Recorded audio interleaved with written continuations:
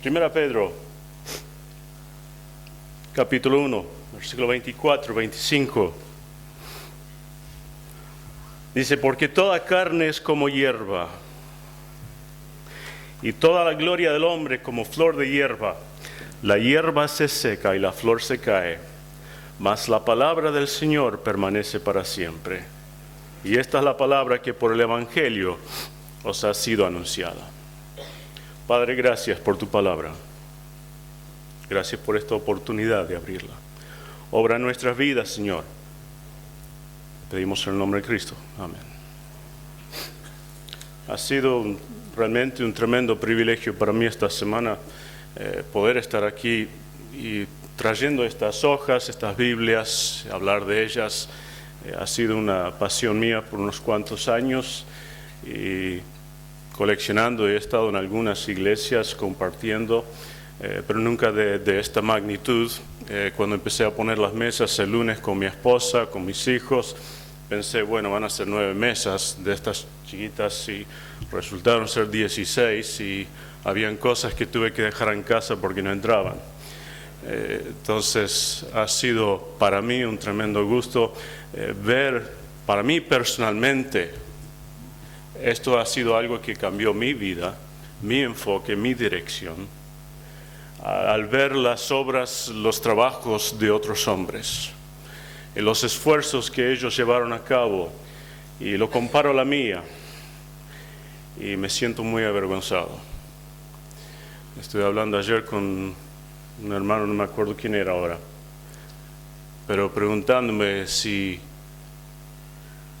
viniesen demandando que yo niegue mis creencias, que pusieran presión sobre mí, sobre mi familia, ¿cómo estoy dispuesto yo a responder?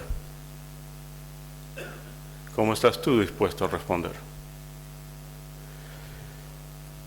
Muchos hombres han pagado, muchas mujeres también han pagado las consecuencias. Familias enteras han sufrido por sus creencias en la palabra de Dios. No sé cuántos han tenido la oportunidad de acercarse a mirar estas hojas. No son mías pero no son mías. Yo las he ido acumulando, comprando aquí y allá. El lunes tuve preocupación poniéndolas aquí en un hotel donde hay mucho acceso al público, temor de qué va a pasar, si algo va... Y el lunes tuve una conversación con el Señor. Dije, Señor, estas no son mías, son tuyas. Si tú deseas que se mantengan aquí, pues aquí estarán. Pero acérquense, mírenlos. El más antiguo tiene casi 800 años. Es también el que está mejor preservado. Es fascinante, el chiquitito ahí de la esquina, escrito sobre vitela, un cuero muy, muy delgadito. Yo tengo esta Biblia que me encanta, pero la hoja de esa es mejor calidad que esta. Impresionante. Blandito, suavecito. Si se fijan de cerca, si tienen una lupa y se fijan de bien de cerca, pueden ver las rayas donde marcaron las líneas para poder escribir la mano.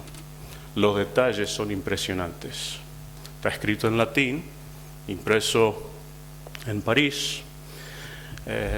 La más nuevecita es una Biblia en idioma wichí para el norte de Argentina del año 2002. La más chiquita es uno que está en la cajita del centro, escrito en etíope, que creo que tiene algunos versículos, me dijeron, en el etíope. El más grande es uno que el pastor Müller me dio hace algunos años atrás, una Biblia de bolsillo, me dijo que era. 11 kilos pesa. Y eso que le faltan como 80 páginas. Pero hay muchas cosas fascinantes para mirar ahí. Sécase la hierba, marchítase la flor, pero mi palabra permanece para siempre. La preeminencia de Cristo en la transmisión de las Escrituras. Cómo Él ha preservado a través de los años, cómo ha preservado a través de nuestros errores, de errores de otros. Cristo, ¿dónde estaríamos nosotros sin Cristo? Alguien me envió esto, me lo enviaron en inglés, lo puse en castellano, el Cristo incomparable. Hace ya 2000 años atrás que hubo un hombre que vivía en la pobreza y fue criado en el olvido. No poseía riquezas ni influencia. En su nacimiento él hizo preocupar a un rey. En su infancia él asombró a los doctores de la ley. Ya como hombre él gobernó el curso de la naturaleza, caminó sobre las aguas como si fueran asfalto e hizo callar y adormecer al mar. No utilizó medicamentos, sin embargo sanó a las multitudes. Nunca escribió un libro, sin embargo todas las bibliotecas del país no podían contener los libros que han sido escritos acerca de él. Jamás escribió un cántico, sin embargo él ha provisto el tema para más canciones que todos los músicos escritores combinados. Nunca comandó un ejército, ni tomó un soldado, ni siquiera disparó un arma. Sin embargo, ningún líder jamás tuvo a tantos voluntarios, quienes han, bajo sus órdenes, persuadido a más rebeldes a ceder sus armas y rendirse sin un solo disparo. Cada domingo las ruedas de los comercios cesan su movimiento, no en todos los casos, y las multitudes van camino a las asambleas para rendirle homenaje y honor. Los nombres de científicos, filósofos y teólogos del pasado han subido al escenario y han desaparecido en el olvido. Pero el nombre de este hombre abunda aún más y más. Aunque el tiempo ha hecho pasar ya 2000 años entre esta generación y el escenario de su crucifixión, él aún vive. Herodes no le pudo destruir y la tumba no le pudo retener. Él ha sido elevado al pináculo más alto de la gloria, proclamado por Dios, reconocido por los ángeles, adorado por los santos, temido por los demonios, como el Cristo, Señor y Salvador personal. Gracias, Jesús. Jamás ha habido un ser que tuviera tanto impacto en el ser humano como nuestro Señor Jesucristo. Gloria a Dios que en Él tenemos la salvación.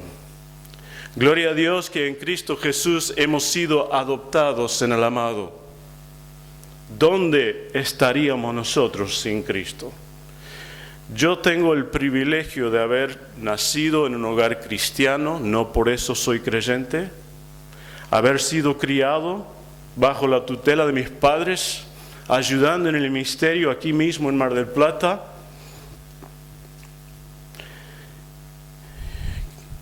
¿Qué privilegio he tenido? De ambos lados, del lado de mi padre, del lado de mi madre, tengo una herencia espiritual preciosa. Pero no se compare esa herencia a la que tengo en Cristo Jesús. Gloria a su nombre, que he sido adoptado.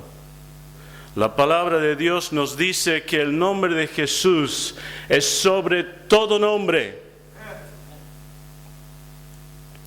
Pablo le dice a los colosenses que Cristo debe tener preeminencia en todo. Qué triste es hablar con testigos de Jehová y ver el engaño en el cual se encuentran porque no reconocen a Jesús por quien es Él. El año pasado tuvimos el privilegio y la tristeza también de tener a un joven testigo de Jehová venir a nuestra casa por 7 semanas. Tratando de ganarnos. Y cada semana le testificamos. Y cada semana veíamos un velo sobre sus ojos. Hasta que finalmente él vino con varios otros testigos. Aprendí mucho de ellos. Ellos aprendieron mucho de nosotros. En la última reunión, el último hombre que él trajo con él, el chico de Miqueas de 22 años, trajo a un hombre ya de 45, 50 años, Fabricio, un vendedor de libros. Fabricio ya vino con ganas de pelear. Le decíamos versículo tras versículo. Le mencioné ahí en Pedro donde menciona a Jesús, nuestro Dios y Salvador. Y él dijo, regresemos al Arcángel Miguel. Yo dije, no, léeme el versículo. Fabricio se enojó. Pero ustedes tienen toda la Biblia memorizada, se conoce más que nosotros. Y Fabricio, ¿por qué no haces caso? Esa noche Miqueas salió. Miqueas tenía planes de regresar al otro martes. El próximo martes nos vemos. Él me enviaba mensaje de texto si llegaba tarde. Pero la próxima semana Miqueas no regresó. Estábamos orando, teníamos ganas y deseos, anhelos de que él conociera a Cristo. Pero nunca regresó, nunca me envió un mensaje, nunca respondió a mis llamadas. Le cerraron la puerta a él. No sé dónde quedó. Pero Cristo es nuestro Dios y Salvador. Gracias a Él nosotros tenemos en nuestras manos la santa palabra de Dios. Él es preeminente en la transmisión de las Escrituras. Esto es evidente por el cumplimiento de su palabra. Si pueden ir conmigo a Mateo capítulo 24. Mateo capítulo 24, versículos 1 y 2. Cuando Jesús salió del templo y se iba, se acercaron sus discípulos para mostrarle los edificios del templo. Ellos en otro pasaje dicen, se maravillaban de cuán grandes eran. Y Cristo les responde, ¿ves todo esto? De cierto os digo que no quedará aquí piedra sobre piedra que no sea derribada. Aquí Cristo está dando una profecía. Está diciendo a sus discípulos, ustedes ven estos edificios tremendos. Ahora tienen que recordar, los discípulos venían de Galilea, de pueblos pequeños al norte, donde no veían cosas como lo que estaban viendo ahora. Es como que alguien de Batán de repente va a Buenos Aires y ve los tremendos edificios de capital y ve hasta el horizonte de todos los edificios y se admira, ¡qué increíble! Los discípulos estaban mirando aquí el templo y los tremendos edificios, el templo, todos los edificios que lo rodeaban, y decían, ¿qué cosa? ¿Qué obra magnífica? Herodes había construido mucho, conocido como el gran constructor. Y ellos se admiraban. Y yo tuve el privilegio de estar allí hace unos cuantos años atrás y ver solamente el fundamento de lo que era el templo. Y solamente el fundamento yo me quedaba de las grandes piedras. Una de esas piedras, calculan, pesaba 500 toneladas. Y los discípulos miraron los edificios que estaban encima de esa fundación y decían, mira Jesús, qué edificios, qué increíble. Y Cristo dice, no va a quedar piedra sobre piedra. Y en el versículo 35, Cristo dice, el cielo y la tierra pasarán, pero mis palabras no pasarán. Lo que Él decía se iba a cumplir. Y más o menos 4 décadas más tarde, soldados romanos bajo la dirección, bajo el mando del general Tito, entraron a Jerusalén para someter a los judíos rebeldes. Ya por algún tiempo los soldados romanos habían acampado alrededor de la ciudad, habían tirado abajo los famosos olivares y otros árboles, pues ese era el plan que tenían los ejércitos invasores en aquellos días, destruir el medio por el cual ellos podían trabajar y ganar su vida. Y entraron a Jerusalén a destruir, a quemar la ciudad. Hoy día hay evidencia donde han excavado y han encontrado niveles donde las casas fueron quemadas, cenizas que quedaron de la destrucción romana en el año 70. Las instrucciones eran que el templo no se debía tocar. Ustedes ya saben que el templo ya no queda. Mientras que quemaban la ciudad de alguna forma, no sé bien cómo, pero el templo quedó encendido en llamas. Todo ese oro dentro de ese magnífico templo no aguantó el calor de las llamas, se derritió, chorreando hacia abajo, se metían las grietas entre las piedras del edificio. ¿Y ahora cómo hacen para sacar todo ese oro? Lo lógico, van a destruir las piedras que quedaron. Agarraron, tiraron las piedras cayeron a las calles de abajo, unos cuantos metros, que hoy día se pueden ver esas piedras y cómo quedaron las calles donde quedaron piedras inmensas. Limpiaron la fundación, tiraron todas las piedras los romanos, sacando el oro. Se cumplió la profecía de Cristo. No quedó piedra sobre piedra. Se cumplió al pie de la letra. Y Cristo dijo, el cielo y la tierra pasarán, pero mis palabras no pasarán. Su preeminencia no solo es evidente en el cumplimiento de su palabra, pero también es evidente en la preservación de su palabra. Salmo 119, versículo 89. El salmista dice, para siempre, oh Jehová, permanece tu palabra en los cielos. Aunque a través de los siglos han habido ataques para destruir la palabra de Dios, jamás van a poder alcanzar aquella que permanece en los cielos. Jamás el enemigo va a poder destruir la palabra de Dios. Tal vez de repente entran y nos queman todas las Biblias, entran a nuestras casas y si logran encontrar cada copia que tenemos escondida por ahí y las queman, las destruyen, la palabra de Dios permanece para siempre. Lo tiene reservado en los cielos. Isaías capítulo 40 y el versículo 8. Sécase la hierba, marchítase la flor, mas la palabra del Dios nuestro permanece para siempre. A mí me encantan las flores, me encantan las plantas. Yo cuando estaba estudiando en la facultad allá en los Estados Unidos, yo trabajaba en el departamento manteniendo el campus universitario. Me pusieron a mí encargado de plantar las flores. Y por 3 años yo iba con una camionetita con flores y yo iba plantando, pero miles de flores por todos lados. Me encantaba. Muchas veces ahí estaba yo solito, pasando comunión con el Señor, plantando flores. Pero ¿saben qué? Las flores se mueren, las flores se marchitan, algunas más rápidamente que otras, pero la palabra de Dios permanece. Es algo en el cual nosotros podemos confiar.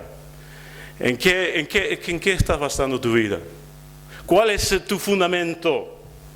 ¿Tu fundamento es tu familia? ¿Tu fundamento es tu trabajo? ¿Eso es lo que te mantiene? Como creyentes sabemos que no. Lo que nos mantiene es la palabra de Dios. Ella es lo que es permanente. Ella es lo que nos mantiene y nos lleva hacia adelante. La palabra de Dios ha sobrevivido a través de los siglos, a pesar de los ataques para destruirlos. Los que han estado aquí en los devocionales por la mañana se acordarán que lo que mencioné ayer, el gobierno de Inglaterra compró la segunda edición de Guillermo Tyndale para destruirlo, para que no llegara al pueblo. Pero Tyndale les cobró tanto por esa segunda edición que pagó sus deudas e hizo una tercera edición mucha más amplia y esa sí llegó al pueblo. El esfuerzo del gobierno de Inglaterra de destruir la palabra de Dios fue como un fertilizante para que creciera y abundara. El Nuevo Testamento de Encinas de 1543, Encinas fue encarcelado por hacer esa obra. Muchas de las copias que encontraron fueron destruidas porque no querían que la palabra de Dios llegara al pueblo. En 1556, el Nuevo Testamento de Pérez, cientos de personas arrestados por llevar eso en sus manos. Más de 30 fueron quemados vivos y Pérez fue quemado en efigie, como mencioné esta mañana, en la ausencia de un individuo quemaban un muñeco representando a esa persona. En 1569, las persecuciones de Reina, como vimos esta mañana, que él estaba huyendo por su vida continuamente por un gran periodo de años, porque buscaban para quemarlo en la hoguera. Nunca lo alcanzaron por la gracia de Dios. Pero sobrevive la palabra de Dios a pesar de los ataques satánicos, y se podrían mencionar muchos más. Aún hoy día está pasando. Ha sobrevivido a pesar del descuido y el abuso humano. ¿Cuántos escucharon este año que pusieron en línea una copia digital del código sinaítico? ¿Alguien escuchó eso? Alguien me lo mencionó, varios escucharon.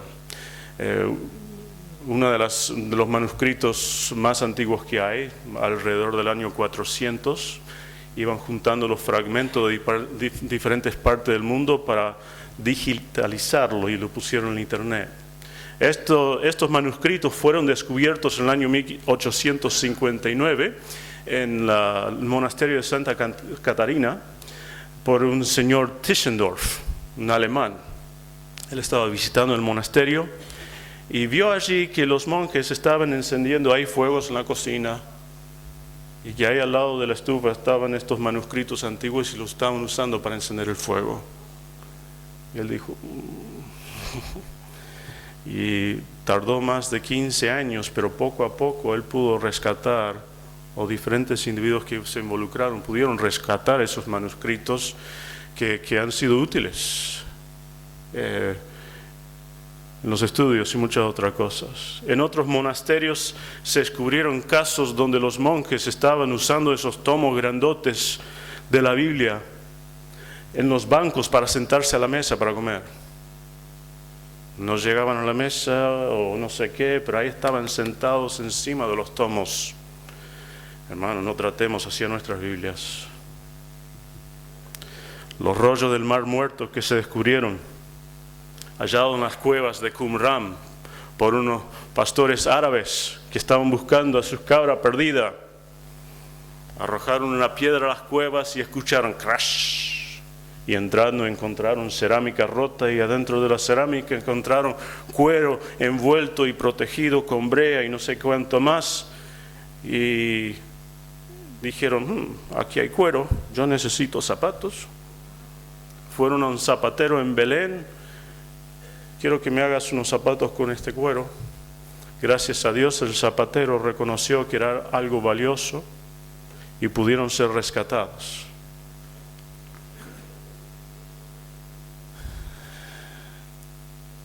Aquí hay muchas cosas, no sé bien la historia de dónde habrán estado estas. Cómo habrán sido rescatadas algunas de estas páginas.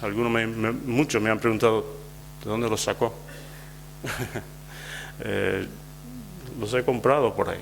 Hay personas que coleccionan y tienen Biblias que se están desarmando, que las hojas están todas sueltas. Yo tengo Biblia de cuando yo era niño, que las hojas están todas sueltas.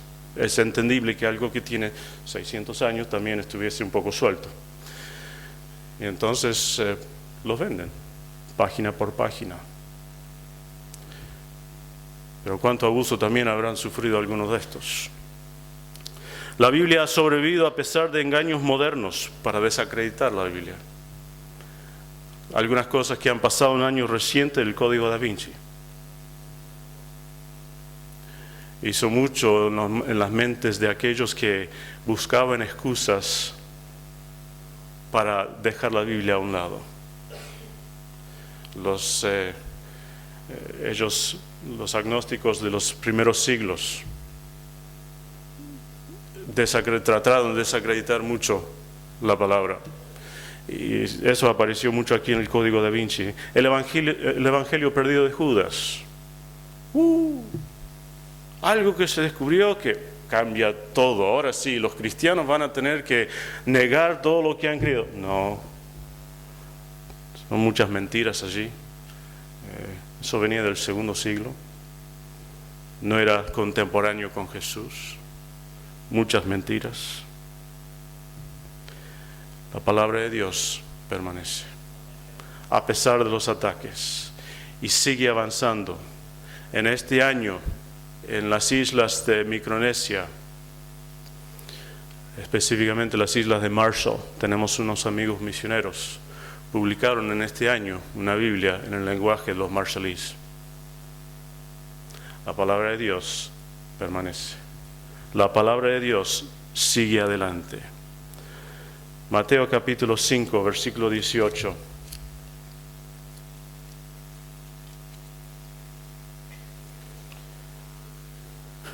Porque de cierto os digo que hasta que pasen el cielo y la tierra, ni una jota, ni una tilde pasará de la ley hasta que todo se haya cumplido. Ojalá yo hubiera podido preparar algo para la pantalla, que Chris me podría haber ayudado con eso, para mostrar lo que es un tilde en el hebreo, lo que es una jota.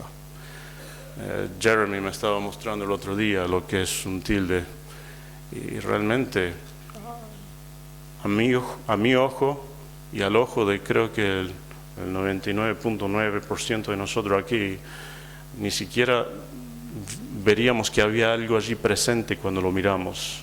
Es algo tan chiquito. Sí.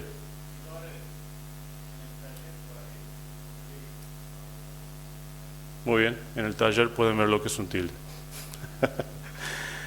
Pero Cristo dijo, ni siquiera un tilde, ni siquiera una jota pasará de mi palabra.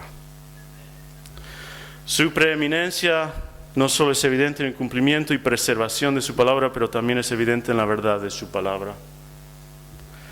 Cristo dijo en Juan 14:6, yo soy el camino, la verdad y la vida. Nadie viene al Padre sino por mí. También dijo en Juan 8:32, y conoceréis la verdad, y la verdad os hará libres. Saben ustedes que allá en Tandil el consejo pastoral, del cual yo no soy participante, levantó un mármol, casi no llega al techo acá, pero bastante grande, en una plaza con ese pasaje bíblico. Impresionante. Lamentablemente ellos fueron los que lo pusieron, los reformados, los evangélicos de toda clase ahí envueltos ahí. Pero conoceréis la verdad y la verdad os hará libres. ¿De qué verdad está hablando? Está hablando de las palabras de Cristo. Cristo es la verdad. Cristo es el camino. Cristo es aquel que abrió las puertas para que nosotros pudiéramos tener la salvación, para que nosotros pudiéramos disfrutar de la libertad que tenemos. Aunque me lleven preso, en Cristo tengo libertad.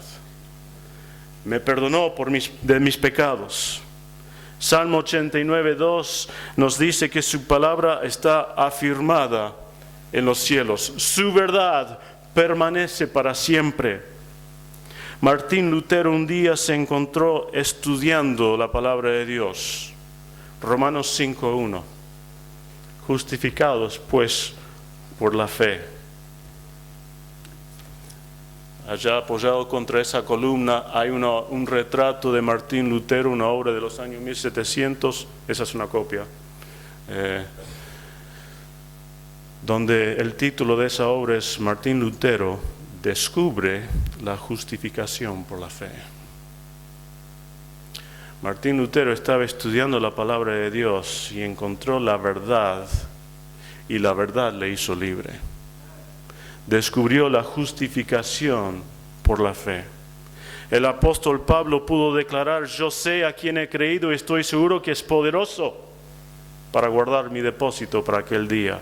Jan Hus, de quien hablamos el martes, él pudo exclamar durante el tiempo de su condenación en el juicio, yo encomiendo en tus manos, oh Señor Jesucristo, mi espíritu, el cual tú has redimido. ¿Por qué pudo decir eso Hus? Porque él había conocido la verdad, que es la palabra de Dios. Y nosotros también, debido a la preeminencia de Jesucristo, podemos declarar, yo soy un hijo de Dios. Yo pertenezco a la familia del gran rey. No solamente es evidente la preeminencia de Cristo por el cumplimiento de su palabra, preservación y la verdad, pero también el poder de su palabra. Esto se evidencia en el fruto de las vidas cambiadas. de todos los que estamos sentados acá, que hemos hecho profesión de fe. Yo pienso en personas que yo conozco, Galo Franco, que era miembro de la iglesia, de mi iglesia allá en los Estados Unidos, un ecuatoriano. Mi pastor, por cierto, es ecuatoriano, pertenezco a una iglesia de hispanos. El pastor Montes conoce, creo, a mi pastor, el pastor Johnny Franco. Su hermano Galo Franco, habíamos orado por muchos años por él. Galo era un borracho. Galo se metía en problemas, la policía le paraba, estaba manejando borracho. No sé cuántas veces lo pararon, finalmente lo metieron en la cárcel, le quitaron la licencia. Y él estando en la cárcel, su hermano Johnny fue a visitarlo. Aquel día no era el pastor de la iglesia, pero fue a visitarlo. Y él estaba frustrado y le dijo, habíamos estado orando por muchos años por él. Y él frustrado simplemente le miró a través de los barrotes de la cárcel y le dijo, Galo, Jesús te ama. Se dio la vuelta y se fue. Fue lo único que le dijo. Con tanta frustración. Esa noche Galo, sentado en la cárcel, reflexionó en todas las cosas que le habíamos compartido a través de los años. Esa noche Galo aceptó a Cristo como su Salvador. Hoy día Galo está haciendo viajes cada año a Ecuador, llevando la palabra de Dios, llevando a otros con él, compartiendo la palabra de Dios. ¿Saben qué? Lo interesante es que yo había llegado en un momento a decir, Galo jamás va a aceptar a Cristo, no hay esperanza para él. Y yo tuve que pedir perdón al Señor por lo que yo dije. Hace algunas semanas atrás hice un viaje a los Estados con mi padre, con mi hermana. Mi abuela estaba mal, tuvimos que ir a ayudar con algunas cosas. Tuve el privilegio otra vez de estar en mi iglesia y allí el que estaba enseñando de la escuela dominical, Alejandro Moreno, yo estaba escuchándole, dando la lección y después estaba dirigiendo los himnos y dije, es cierto, nosotros invitamos a Alejandro a la iglesia y miren cómo Dios ha cambiado su vida. El poder de Dios en su vida. Ahora está enseñando la escuela dominical, ahora lo tienen enseñando en el instituto bíblico. Y digo, gracias a Dios por su poder. Le estaba contando eso a otro hermano, Gilberto Lara, que ahora está pastoreando en Carolina del Norte. Le estaba diciendo, mira, vi a Alejandro Moreno y estoy recordando que nosotros le invitamos a la iglesia y Gilberto me dice, hermano, ustedes también nos invitaron a nosotros a la iglesia. Y ahora ver a Gilberto pastoreando una iglesia y él me dice, ustedes son parte de este ministerio.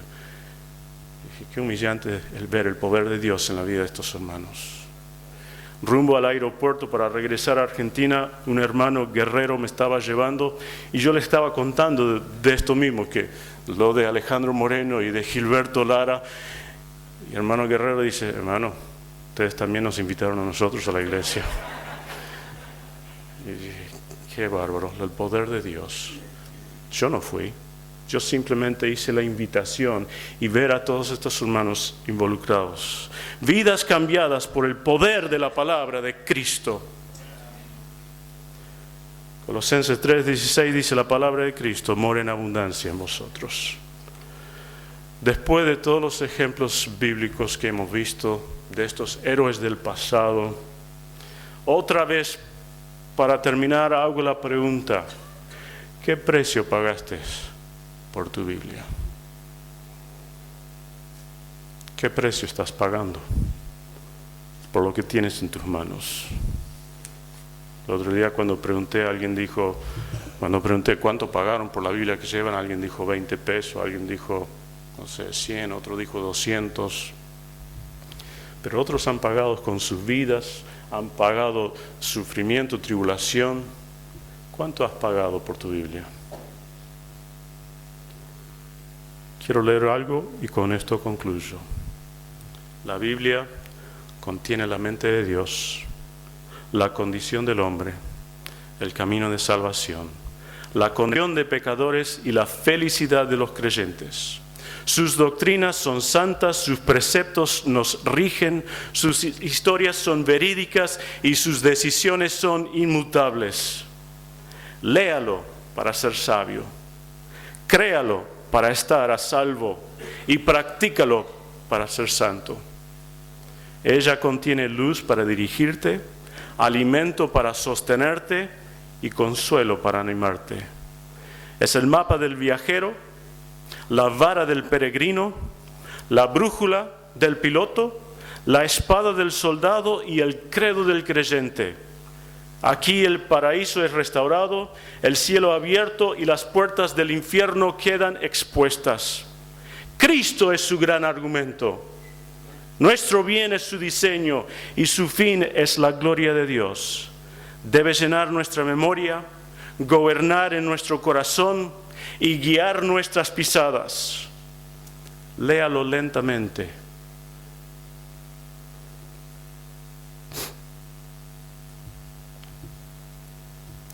Léalo lentamente, frecuentemente y con mucha oración.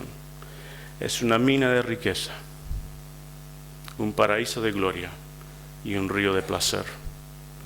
Te ha sido dado en vida, será abierto en el juicio y recordada para siempre.